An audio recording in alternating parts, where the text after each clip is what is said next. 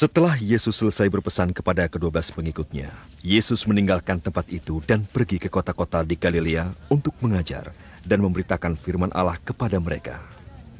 Pada saat itu, Yohanes Pembaptis sedang dipenjara, dan pengikut-pengikut Yohanes berkata kepada Yesus, "Engkaukah yang akan datang itu? Atau kami harus menunggu orang lain?"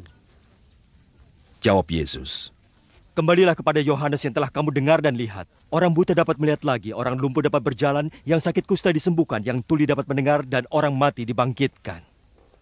Dan kabar baik diberitakan kepada orang miskin. Betapa bahagianya setiap orang yang tidak mempunyai masalah dengan aku."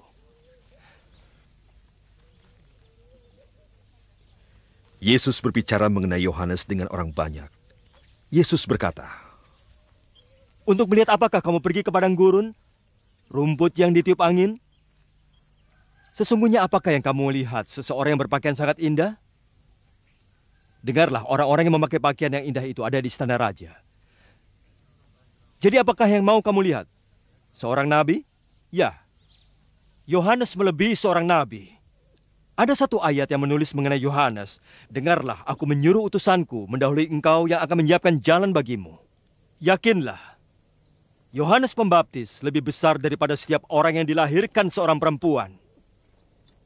Tetapi orang yang paling kecil dalam kerajaan Allah lebih besar daripada dia. Sejak Yohanes Pembaptis datang hingga sekarang, kerajaan Allah sudah mengalami kemajuan dengan kuat.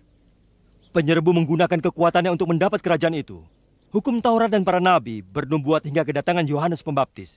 Jika kamu mau percaya, kamu akan menyadari bahwa Yohanes adalah Elia yang telah diharapkan untuk datang. Setiap orang yang dapat mendengar harus memperhatikan.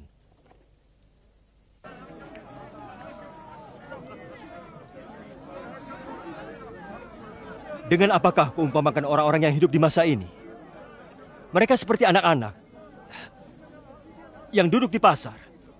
Sekelompok anak berseru pada kelompok yang lain, "Kami telah meniup seruling bagimu, tapi kamu tidak mau menari. Kami telah menyanyikan lagu sedih, tetapi kamu tidak berkabung."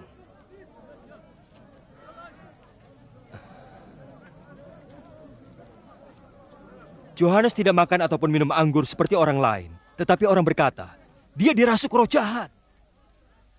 Datang pula anak yang makan dan juga minum anggur. Dan orang berkata, "Lihatlah, dia makan dan juga minum anggur sangat banyak. Dia teman pemungut pajak dan orang-orang berdosa."